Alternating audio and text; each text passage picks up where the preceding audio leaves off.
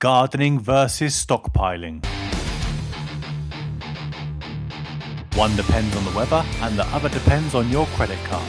Welcome back to the Prepper Network podcast. This is episode 5 where we break down growing your own food versus stocking a pantry and why most people confuse convenience with food security.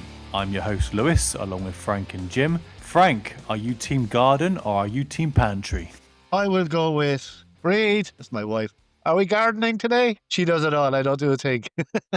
So I think we're going to go with gardening today. How about you guys? I'm gonna say like this. I'm team stockpiling and pantry until that's not an option. Then I'm team gardening because the industrial complex it might not be very stable, but it's very efficient. So as long as we are able to buy stuff, so like for what I can work 1 hour, I can buy a lot of stuff in comparison to if I'm gardening, how much I get out of gardening for 1 hour.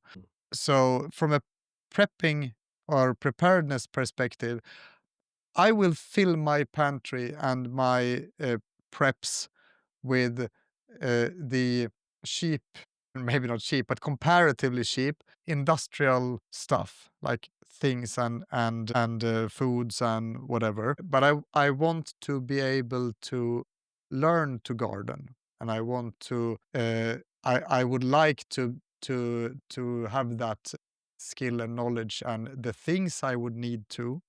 I'm not there yet, baby steps, but so a transition to more gardening would be possible. But from a preparedness perspective, I think it's not efficient. I think buy what you can because that's way more efficient with your time. Also, you got the weather forecast. Don't forget your northern hemisphere. You're going to have shorter summers slightly by a month or two. As I said, you're in. What's the temperature outside now? -1, -2? Right now it is, I'm not sure. We're at Yeah, I can watch. 1.6. It's -6. Wow. So you're not going to grow much in the ground at -6. No. So yes, your argument is good. Yeah, but also you can absolutely have a self-sustaining garden in Sweden, and even further north than I live as well. There are people in the Swedish prepping communities that are self-sufficient farmers, Greenhouses. and yeah, and outside as well. But I would say that you have to have that as a lifestyle to do that, Yes. because you I can't do agree. it on the side. You can work at the same time, but it needs to be your hobby. It needs to be what you like to do because it's so laborious. Laborious? Labor. Jeez, you have me there.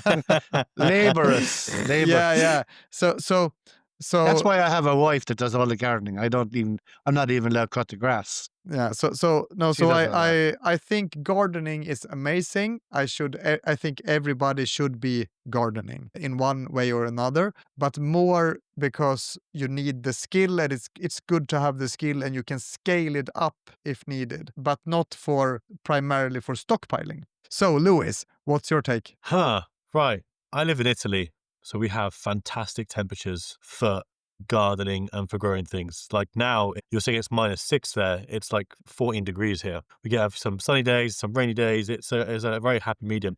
In the summer, it's just really hot and there's not enough water. So obviously you have to make sure the biggest thing for us is on a prepping scale, if you were to be gardening, is in the summer, water is going to be a problem because obviously you want your water primarily for drinking, correct? So, and if there's not a lot of rain, you're going to be consuming a lot of water. So, but yeah, I like gardening.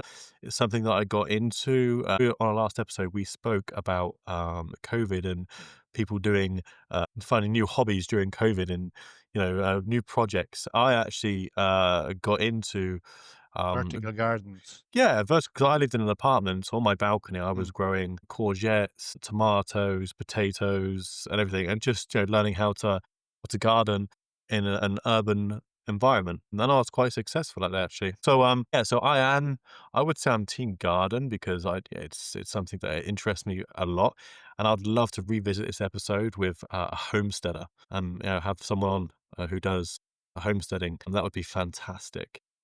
We have one lined up to come on Yeah, down the road. So that'd be fantastic because I would love to learn more when it comes to that sort of thing. But I think everyone should dabble in it in some sort of degree, and not just when it's too late. I think they should be, like you're saying, Jim, buying as much as you can, because it's not just about the gardening, because you can grow things in the garden, but then you need to preserve the food that you're growing mhm, to make it last long. Because like you say, hence the homesteader. in the winter months or summer months or wherever you are, when things just burn or it's too cold and things don't really grow too well, you're going to produce less, and then you're going to be consuming the foods that you have preserved, really. So I think So it I has think to be a happy medium. I think I have a great name for the three of us at the minute. We're in the Goldilocks zone. Yeah. Okay. Uh, We have too hot in Italy, too cold in Sweden. I'm Ireland. We are always raining, and we are pure green, and all we do is grow stuff year round, all year round. But I Yeah. completely agree with Jim. Is if you are a dedicated gardener or homesteader, yes, this is a great country to do it in here. You really got to be dedicated in Sweden.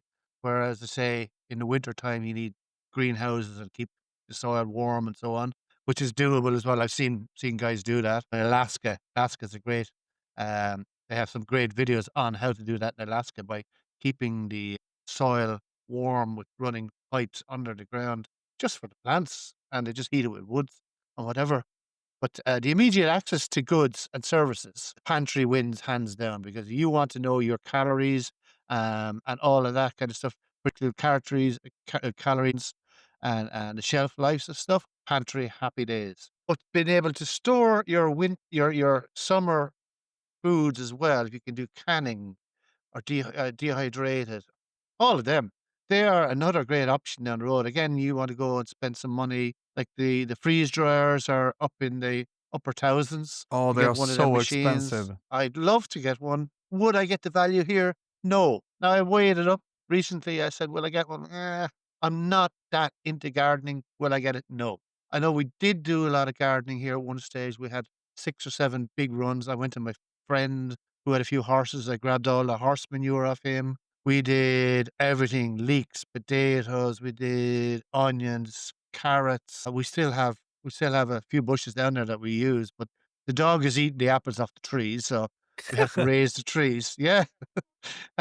So if I had more time out of my job, I would go and definitely do a bit more gardening. I get a bit more land and dedicate just to that. But I would definitely. So the question initially was, will I go pantry or garden? I was just joking about the first part. I am definitely leaning towards pantry. Absolutely, 100%. Yeah. I can throw a little curveball here because if we're gonna be realistic, then I don't really see a scenario where we're gonna have like starvation and you need to garden to survive. I think that's pretty far fetched. But I think that we could easily get a situation where the store shelves are gaping empty in certain areas. So gardening could be an addition. If for whatever reason you don't get much fresh vegetables and spices and stuff in your stores, having your own herbal garden could be amazing to just, I mean, some parsley and fresh basil or something can lift any canned food. So just make life more happy. So I think at least for me that is the most realistic scenario.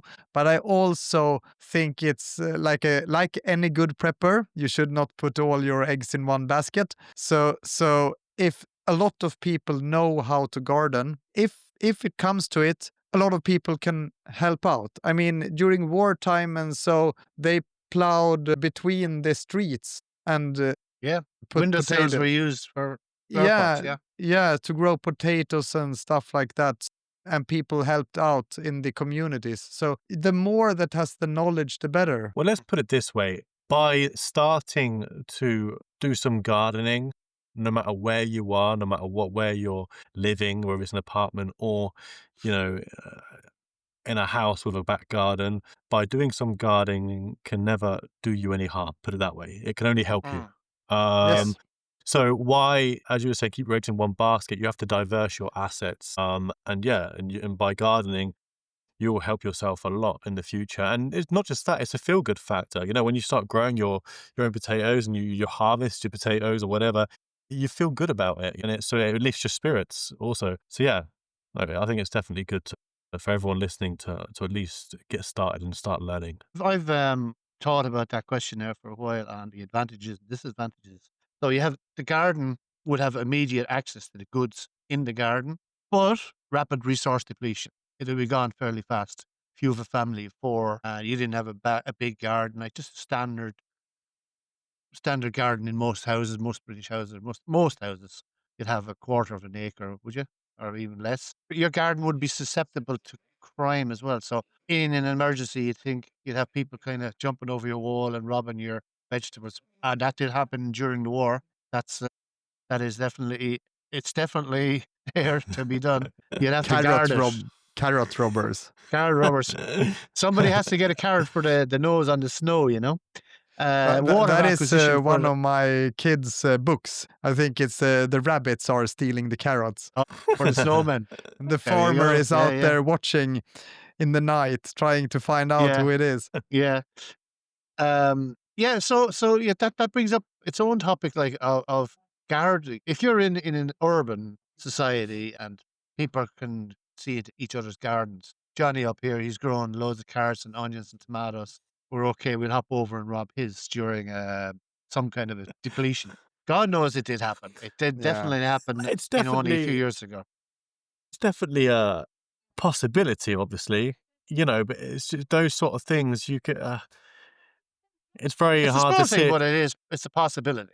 It's very hard to see it coming, though. Like I say, things happen very quickly, and it can, escalate very quickly. What sort of situation's gonna have to happen for those things to happen, if you know what I mean? Well, anybody sees a greenhouse in your garden, a small greenhouse, a normal one, they're Yeah. going to know. Oh, she's growing. They're not growing plants; they're growing something else. Yeah, but But do you know what? Do you know what's really for coming? succulents. It's coming along at the moment. Is and I was only looking at it yesterday, and I was thinking it's a horizontal, or sorry, it's the vertical gardens Yeah. pipes. These 6-inch woven pipes, and they're making them vertical grow towers. Hmm. And looking at it, I think they're really, really cool. Like, ideal for Great. apartments. In fairness. Yeah, yeah. I'm Yeah. seriously thinking of doing one this year just to see if it works, There's a because why not? I'm Go on, Jim, sorry. I'm a bit into hydroponics. Hmm. Yeah, it's So in the so hydroponic area, yeah. so I do some hydroponic gardening indoors.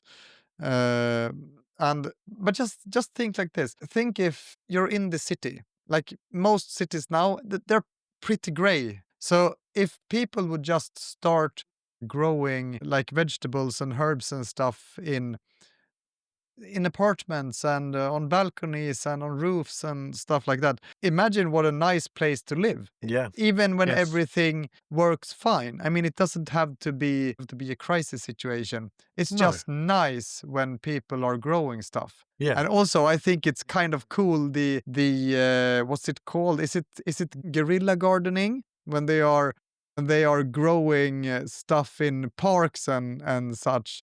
Mm. Oh, yeah. Like without permission they are growing potatoes No in the harm. city gardens and stuff like that. I A bit actually have of been I put my hands up, and I have done that myself in one of the nature reserves that we use for camping a lot, and I have secret stashes in very some areas, you have potatoes and carrots only. Oh, yeah, and onions. They're the 3. I Mm. have them there, and I actually haven't gone back to them for a while, so probably One places have to overgrown with them now. yeah, one so you have other no one carrots and no onions, or you have a ton. Or too many. Uh, Or somebody's after finding them. There's one thing that is very difficult about gardening as well, though. You have to take into consideration, which is another reason why I think pantry has to be a thing. You can't just rely on garden, especially if it's not your full-time thing or a seriously big hobby. And that is that not every harvest is going to be successful. I've had it where Yeah, I've gone the out, blight. blight or, other problems. If you're in a garden and you have a rabbit come in and eat all your carrots, or, anything, insects, whatever it is. So, or sometimes even more so if you're a vertical garden or you're in an apartment and you're growing things out of pots and those big fabric sacks almost is Yes, I know you what you're talking have about, to yeah. keep the soil nutritioned. You Yeah, can't just keep using that same soil. You have to replace the nutritions with that soil rotate it, so what I used to do is I piss used on it. to uh from other food, and I used to cut it up, Yeah, or I used to put it into a blender and then put all the right. juices and then the nutrients from that into the soil to and then plant things. Because if you keep using the same soil, you're not going to get the same harvest year after No, year. So these are all things that you have to take into consideration. It's not that easy. It sounds easy, but it's not easy. no. I just for the next year we're gonna have a compost for the first time. And Mm, there are also indoor compost, like I think hibachi. I think is a type of indoor compost that's rather quick. I'm not mm, entirely sure how it works, but it does work. really? And you can also do like your own fertilizer from different ways, but all this is part of the Yes. learning curve, and so you fail in the beginning. I've failed a couple of years ago. All my tomatoes got eaten by, I don't know if it's larvae or if it's maggots, but they were small and they ate my or they Birds. ate my tomatoes, and I was quite angry at them because they ate them all. Mhm. Like I was saying, our dog at home, we have a small tree. It's an apple tree for 4 or 5 years in a large pot, but it's low to our. We have our garden split, 3 or 4 different split levels. He's able to stand on the steps and eat bloody apples. And we were No. wondering where's these apples gone. So I turned one of my cameras onto it one day. I just let it go, and sure enough, he's only gone out the door there now. He might hear me. He was going down and robbing the apples because he loves apples. Yeah. So I'm sure it was the birds or something that was robbing your tomatoes. We have No, no, no. It was they were filled with the if you turned the leaves around, they were full Like with maggots. So green you fly. and they were quite large. Some of them were like 3 centimeters, Okay, mm, and they ate both leaves caterpillars. and tomatoes. So, but And you, apparently it's a common and you thing. weren't mm. using any kind of No, chemicals to keep them no, off it. Yeah, nothing. so you're going And pure organic. yeah, and I thought they were safe because they were in pots on Mm. stone floor, but Yeah, apparently they found their way anyway. Oh, yeah. they abseiled up. Well, I was on, when I was gardening, I was on the 5th floor of an apartment and, it's still got these insects on the plants and on the potato plants and things like that. So, yeah, you're never safe from these insects and they'll always find their way, shall we say. But apart from gardening, I think another good thing to have, well, I want to have, is chickens. Yeah. There's a Uh, plus and a minus to the chickens here now, and a lot of people say never again will they get chickens. They're a lot of work. They attract foxes. In my area, they attract foxes. I'm rural, so a Mm, friend of mine was only saying the other day, half of their chickens are gone, and they can do nothing to stop them. The foxes dig under the fence. They come over the fence. They bite through the fence. They get in. Once they get a taste, they're after them. Um, of course, you can put them into the shed every night, but it has been known where foxes in the shed as well, waiting on them. So yeah. I yeah, I do, and then you have to look after the chickens as well. Mm. But there's pros and cons for chickens in fairness, yeah. Oh, yeah. I mean, you have people here. And we're in an urban setting in a small city, and people have rather large terraces, and so they have chickens on their terrace, for yeah. example. That's a bit So, cruel for a chicken, I think. well, it depends on their environment. There's someone I have. in a very small garden. Then chicken would, walk on the terrace, the garden. They'd let the chicken out.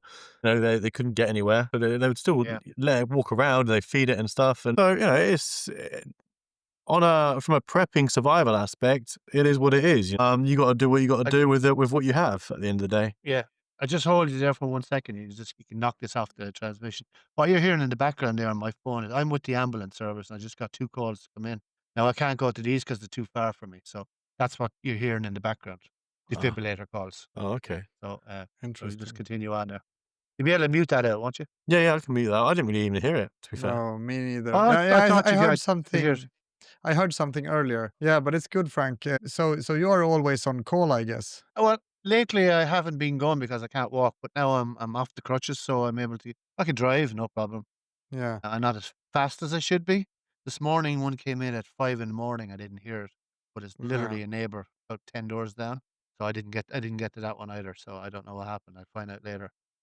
yeah. We have Anyway, an that's Yeah, yeah, we have another. In Sweden, we don't have ambulance service in that way that you become like a medic privately and they do stuff. But so that's completely run by the healthcare. But yeah, what we do have is in some regions, unfortunately not the one I'm living in, but the ones in the next door, we have something called SMS livräddare. It means like text message lifesaver. And yes, what it is that if someone gets a um, a heart because nine, yeah, like a yeah, heart stop, they and someone calls 999 what or the emergency yeah, services. That's 112. exactly what is going Yeah, on here. That's so exactly they what I am. yeah, so they call 112 and they will get there will be an ambulance coming, but in certain regions they also send out an alarm to Yeah, nearby people that are trained. registered as That's these. exactly what I am. So I'm registered and like some of the people that get the message they will get to just go to this place as quickly as possible and Sure. others will get the message that you should go and get a defibrillator at this address and then go to this place Yeah. and they will send this to many people so when you get that defibrillator it might be gone because someone else might already have gotten it before you. Mm. So because the studies has shown, yeah, so studies has shown that the more people that get to a stopped heart, What do you see? the higher the chance for the patient to survive. Mm. So that's pretty cool, and I haven't got a live call yet. Oh, I get them. I get them all the time. Yeah, you get That's them all two the time. today. But if I can't go, I can't go. But No, I didn't see the one this morning at 5:30, so I yeah, would have gone to that one immediately. So I have my defibrillator here, yeah, and I also have another one just literally passing by the door as well. yeah. Yeah, it's good. I think it's a good service. Yeah, I've been doing it's a it for good years. service. It's amazing. I like doing it, and they've asked me why I do it. I don't know. No Mm. idea. I have no Yeah, but clue. I health just hope somebody comes to my rescue if I need it. Yeah, yeah. exactly. That's it. That's exactly it. Yeah. You're So doing a it's a good bit of deed. a side. This was a side. Maybe this is for another episode because it's really Yeah, interesting. maybe. It's something I would love to push harder in my community as well, because Mm. I've done raffles and quizzes in the pub trying to generate extra money and awareness for people. But the one thing that stops a lot of people, and you're right, we could do a talk on this sometime. The one thing that stops a lot of people from joining is the what do you call the morality clause? It is the what if the person dies and when you're in the middle of it, and are you Yeah. going to be at fault? Yeah. So it's called a Good Samaritan Act here. I think it's European wide, where you're covered by law. There's nothing they can do. Yeah. They And cannot blame you, also, you know? yeah. And also in at least here, medically speaking, if the heart is stopped, you can't do it any worse because the person is True, already true. dead. So the person Correct. is Exactly. dead, and so it can't be more dead. I just No. closed my door, sorry. But it can but you can you have a chance to revive them Yes. Yeah, so regardless of how you butcher it the it isn't worse than it was. yeah. Fortunate- yeah, and unfortunately I think the chance of surviving a stopped heart Depends on is the time. yeah, and it's not as great as you would like it to be. The No. first guy that I ever had to use the defibrillator on, When I got the second defibrillator for myself, I remember he was a big guy, 6'5" maybe, big, strong, big man. And I remember, and he had a very deep laugh, and he went, "Hey, Frank, you never use that on me." I fucking used it on him. And he died. I got to we were too late. He had blue lips. I kinda knew he was dead probably an hour maybe by the time I got there, but I had to make the shapes. I had to do it for the family. They were looking at me, and, Yeah, they were doing CPR when I got in. I took over anyway, and the ambulance is about 5 minutes behind me, so yeah, we you know, yeah, and also that was hard. yeah, I understand. And also what you do is you buy time. You buy Yeah, time for the true emergency services to come, because Yes. correct. especially if you don't have a defibrillator, but even if you have a defibrillator, it's not It's not the end of the world. yeah, and it also it usually requires more. It usually Mm. requires more, but what you do is that you are saving the brain from dying. Sure. Yes. You're mainly saving the brain from dying, so you can revive the patient later with more professional means. That's it. Yeah, Right, this we is get a new back on track episode. here. We're out of, but Of it's really context. interesting, and it was really good that these alarms came to you, Frank, right now, because Yeah. it's important, I think, to acknowledge that stuff happens when you don't expect them to. Well, Right if you now, want to it leave that into the podcast, it's all well and good. I don't mind. yeah, If you I can think hear it it should on the be thing, left. I think it should be left. Oh, okay, cool. it just shows So, how prepared we yeah. are. What about, so what's your thought on chickens then, Jim? From Well, defibrillators to yeah, let's defibrillate the chickens and no, but I'm allergic to a lot of animals, so I pretty much wouldn't dare to get chickens even if I wouldn't be allergic to them. But and also I'm not sure that I would be allowed to have chickens where we live now. I think people should be allowed to have chickens where I live in a residential area with people have gardens and stuff, but it's not always permitted to Mm. have Yeah. chickens in They do a lot of villa damage to your gardens. garden as well. So if you They are love to scratch. in a rural area, you can have chickens, but I'm not sure we are allowed to. At the same as I'm not sure we are allowed to have like bees. I know they're trying Uh, to stop people from having chickens, and yes, true, yeah. they're trying to, bring in, like, in certain area I know in Spain, I think it is, where you have to have some form of license to be able to have chickens and things like that, which for me, I think it's a bit ridiculous. Call me, paranoid or whatever, tinfoil hat. I think it's just their way of trying to restrict people and make them less independent and make them more reliant on the state and the shops and things like that. You gotta wonder why they're in that frame of mind the whole time, aren't they? The powers that be. Why are they against teaching kids in school self-sufficiency, for example? I think there was a documentary on this morning on TV where kids don't know how to cook. Actually, I was away this weekend, and my niece and nephew, I was watching, and I asked my niece, she's 22, said, "Do you not cook when your parents are working?" "Oh, I don't know how to cook. I've never been shown in school how to cook. I don't know how to cook. I don't know how to garden. I don't know how to change a tire. What is going on? Yeah. Why are the governments stopping chickens I and remember so on?" we used to have cooking classes at school, and we used to have, like, they used to teach us how to plant things and stuff like that. I remember that when I was at school. I'm Home not sure. economics. Yeah, That's what it's called. they might have taken it away now, I'm not sure, but I know they used to do it. But, yeah, I think it's crazy, that they d look at the farmer crisis now that's going on in the UK Yeah, and in yeah, Europe. yeah. They're And trying it's to all to take do away with from inheritance tax. they're trying to take away farmer rights and increasing their costs and things Mm. like that, and it's just crazy because they want it to be all industrialized. Yeah. I think it's so wrong on so many levels. I think that's actually that's adding to the prepping community at the moment. People are becoming aware, and then they're looking to the likes of us to see what are we doing that's making a difference? And I think what we're doing is making a difference. In fairness, I think if I wasn't doing the job that I do, I would be homesteading. And I've seen some of Oh, my friends sold up. I just went and did a homestead. yeah. I'm in a rural area, but we don't. I'd need another acre or two just to get through. I've only got 1 acre, and it's not enough to do the kind of farming that we're talking about. Be self-sufficient. You'd be surprised. There's a guy that I watch on YouTube, or I have done. He lives in, he's an Italian guy that lives in London off his fucking rocker. I don't know why I do that.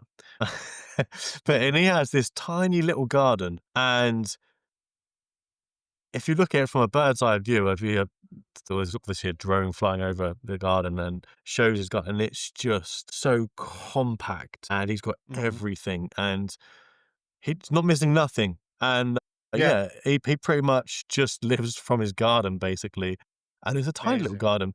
But if you look at the video, it's just layered, like vertical. You got vertical things attached to the fence. There's not one part of the garden that is not being used. It's No. insane. He That's doesn't have cool. animals running around like we do here. We don't have any livestock. My wife, she's a she's a groomer, pet groomer, and we home board dogs here as well. So that's our garden kind of. But she's more or less semi-retired, so that probably will change. I have said it to her. Look, I just want to move and buy a house down in Italy next to Lewis, and drink his wine, jump over the wall and get his grapes. Lewis, what's the name of the YouTuber? Because it would be Sure. interesting to see. Yeah, I can't remember what his name. I'll have to. I know he's actually a vegan. Well, that So helps. yeah, so I know he's big into obviously the gardening and all that sort of stuff. But yeah, I'll have to find what the and I'll send it to you. Is his I'm sure what he's doing as well is he's obviously selling some produce as well to the local Yeah, people and yeah, is whatever. his Yeah. YouTube channel in English or Italian? English, Oh, English. that helps. Yes, but no, it's great. It's great to see. It just shows what is possible. Of Yeah. course, you have to have a lot of time because it takes a lot to tend to these gardens and these things. That's But exactly it. it's my dream life is to have a house somewhere, and yeah, just to live completely independent off grid and with gardens, chickens, animals. That'd be amazing. It's the dream. I'm a bit torn because often the off-grid community is also in the prepping community, and now I'm gonna ruffle some feathers Oh dear, here we go. because because Mm. I don't see. To me, it seems like actively going off grid is an anti prep. Because what you do is that you increase your risk. You force yourself to be self sufficient, which is a cool idea. And don't get me wrong, I think it's a cool idea. I think I like that people are doing it. But from a prepping perspective and crisis preparedness perspective, Mhm. I think it's increasing your risk because Why is that? Yeah. we're not talking about being able to live if the grid goes down. You Mhm. always have the grid down, and the grid is a kind of good thing, Yeah. as we were talking about efficiency and stuff like that, and also a redundancy. I mean, if you are off grid, you have removed one layer of redundancy because otherwise the Well, off grid you're things is the correct. redundancy for the grid being I on. see where you're coming from. But I think they're looking maybe at the cost of living as well for being Yeah, on grid because on grid at the moment is extremely expensive. yeah. Off Yeah. grid, living the lifestyle. I understand it from a lifestyle perspective, and I can absolutely respect that. And I think it's cool. I think it's really cool. Yeah. I could see myself having like a summer house that would be off grid, more for the lifestyle and hobby part of it. Mm, And especially if you think of like a passive house and stuff like that. So, but it would be, to me, it would be like a science project more than for prepping. yeah. But it's Yeah. like we were saying before, though, like by doing these hobbies, whether it be homesteading or whatever, you're doing it because it's fun, because you want to learn, because you're interested, you want to learn. But by doing that, you are also preparing and giving yourself a layer of insurance that if things do go Mhm. wrong. So you're kind of like killing two birds with one stone. Yeah, but Louis, you prep radio, right? You are Yeah. into radio. So because you are heavy into radio, did you smash your cell phone? No, I would like No, to. you still have I your would cell like. phone, and you Sometimes still have I'd like to. you still have your computer, and we're doing this now. So Sure. what I mean is that I think the knowledge and I think it's cool, Yeah. but having it as thinking about it as prepping, I think is wrong. But Mm. I think disconnecting from the grid is bad preparedness. But I think that being able to live without the grid is good preparedness. I think there's a level to I think to disconnect from the grid 100% is almost impossible. Because, of course, like, if you're driving, where do you get your fuel from? I know there's people that do make their own fuel and things like that. So, yeah, but you're always connected until the grid goes down, you're always connected to the grid somehow in some sort of way. Everyone will be different, of course. Everyone will be connected to the grid in their own way. But I think disconnecting it from 100% is impossible. You'll still go to the shop to buy something or, every now and then. So you're still Yeah. using services that are on grid, if you like. Yes, of course. Yeah, I have a brother-in-law that is exactly that. Completely off grid, over 20 years, but he does all his shopping. He doesn't have any, he's not self-sufficient, but he's No. off grid electrically, Yeah. completely, Yeah. 100%. But he goes into town and he buys his food and whatever. Yeah. But people will say also if they're growing their food, but they still have a car that's, and they have a driving license and they have this and that, they'll say that's off grid. But then some people say, well, no, you're not off grid because you have a driving license. So everyone has a different perspective of off grid. Yeah, of course. Yeah. Off grid can be electrical grid, and it can be the water mains, and it can be a lot of stuff. But regardless of which one you choose, I'm saying you are removing layers of protectiveness. So you are making yourself more vulnerable. And it's okay to make yourself more vulnerable as long as you know you are making yourself more vulnerable. The people that think that this makes them less vulnerable, I think they need to think about it again. I mean, if we would have a wood stove and a way to heat the water in our heating system with burning wood, then we would have 4 ways to heat our living space. Yes. So, and if we would remove electricity, then we would have only 2. Yes. And if So you remove the so water, you'd be the and then mains water, you'd say if be we only remove one. the water, I would have 1, and it would be Yeah, you bad. need your power.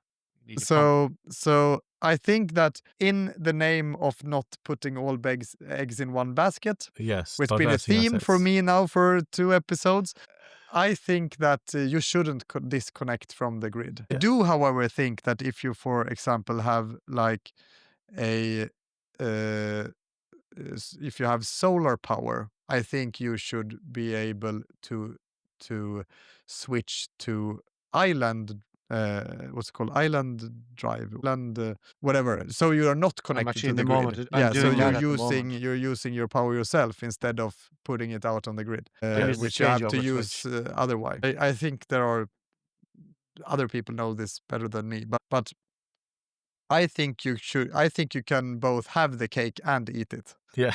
Yes. Well, that's an I've never really thought about that before. But yeah, I think it's an interesting point. I see where you're coming from, put it that way. But I still think it's good to, yeah, it's definitely good to learn how to live off grid and like like another theme, have it as a hobby, and by doing it as a hobby, as a science experiment, whatever, you're learning and almost giving yourself a layer of insurance for if things do go wrong. So we're going slightly off topic there onto the electricity, and we were talking about pantry versus urban and pantry. Yeah, and it went from chickens to So electric. chickens Yeah. to electric to defibrillators. But That's all good. everything It's all is good. connected in the matrix. Yeah. Yes. So the next part of that, because I'm keeping track on what we were talking about here, surviving suburban survival. So urban was what we were talking about first, Yeah. apartment living and small gardens. Suburban survival would be detached house out in the countryside. What are the advantages of having a garden out there compared to a pantry here? You can have a garden 3 times as big. The advantages out there would be what? Yard space for food production, as we were just talking about. Yes. Community organization, you could invite more community to come in. Mm. John up the road grows carrots, because we know we need carrots. Peter over the road grows onions. Mm. The other guy grows peas. then at the end of the day or the end of the week or the end of the month, each person uses whatever they need from each cycle. A community involvement. Yeah. That's Yes. And community again. for some weird reason, the further you have to your neighbors, the better you know them. Nothing boggles my mind more than that. We live in, I would say, it's not in the city. It's in Suburban. the You're suburbs, and the burbs. here we know most of our neighbors. But when we lived inside the city in an No, apartment nobody. building, we knew no one. And Terrible. I It's gone think that way, that's yeah. so weird. I All think over the that's so world. weird. Yeah, you live on top of each other and you have no Yeah. idea who everybody Yes. else Yeah. is. And that is I think something I think sometimes it's by design and it's required because otherwise you would go mad if you're gonna Well, they're feel like talking you about are. creating the 10-minute cities, the same kind of thing. Everything's within 10 minutes of you, but you still don't know your neighbors. Yeah. Yeah. You're on top of yourself. You are on top of each other, but you are alone at the same time. Yes.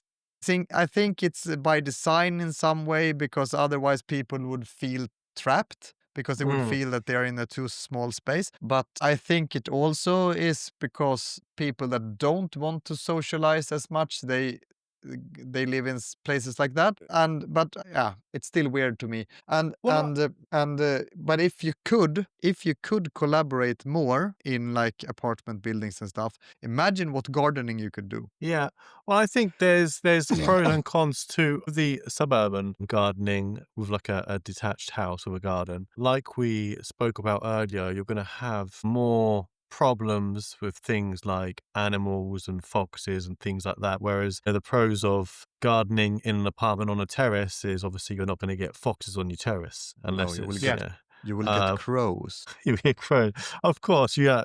But I think, they're be easier to protect from birds and things like foxes and rabbits eating your carrots and things like that. So there's pros and cons. But interesting you saying about the knowing your neighbors, because correct me if I'm wrong, but I'm pretty sure during the war and Second World War, there was apartments and city living, but everyone kind of knew each other more a bit better. I think the society Yeah. has become very detached because nowadays, Internet, well, phones, internet, phones, but not just that.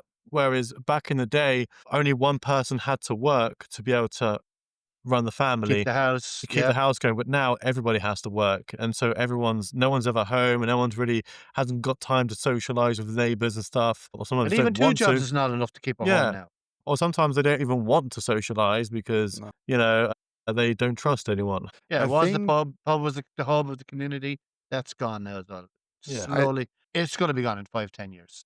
I think they had to collaborate more in the last city I lived in.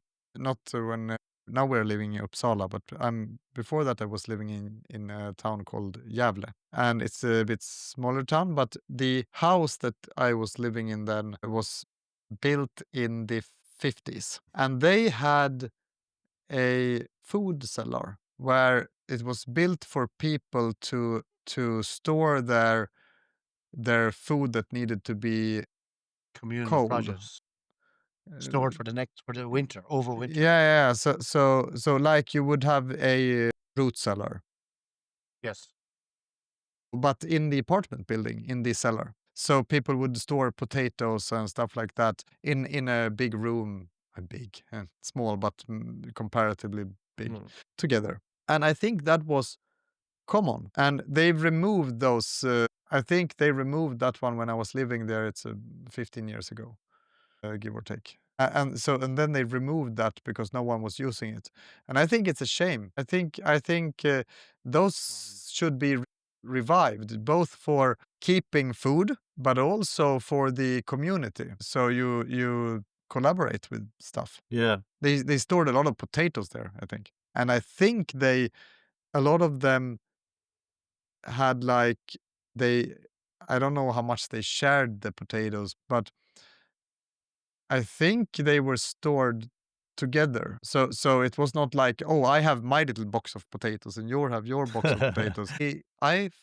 Think that at least in some buildings it was like everybody has their potatoes here. And they might have like bought them in bulk or I don't know. Yeah.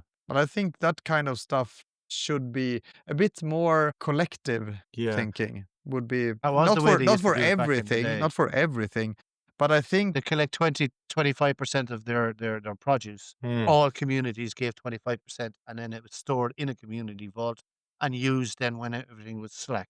That's But the way they've been doing it for hundreds of years. but But that's gone now. yeah, well, the thing is nowadays the government doesn't want that because then you're creating your own sort of backup thing, and the government want you to rely on them for everything, even though they can't. It's quite clear that the government don't have an idea or don't even have an interest on looking after their people. Well, not I can't say for every government, but I know for the UK, for the most part, they're completely failing. Yeah, they don't want to promote this sort of thing, but I think it should be brought back. And I think it should be promoted. I think we should promote it because strength in numbers. And Yeah.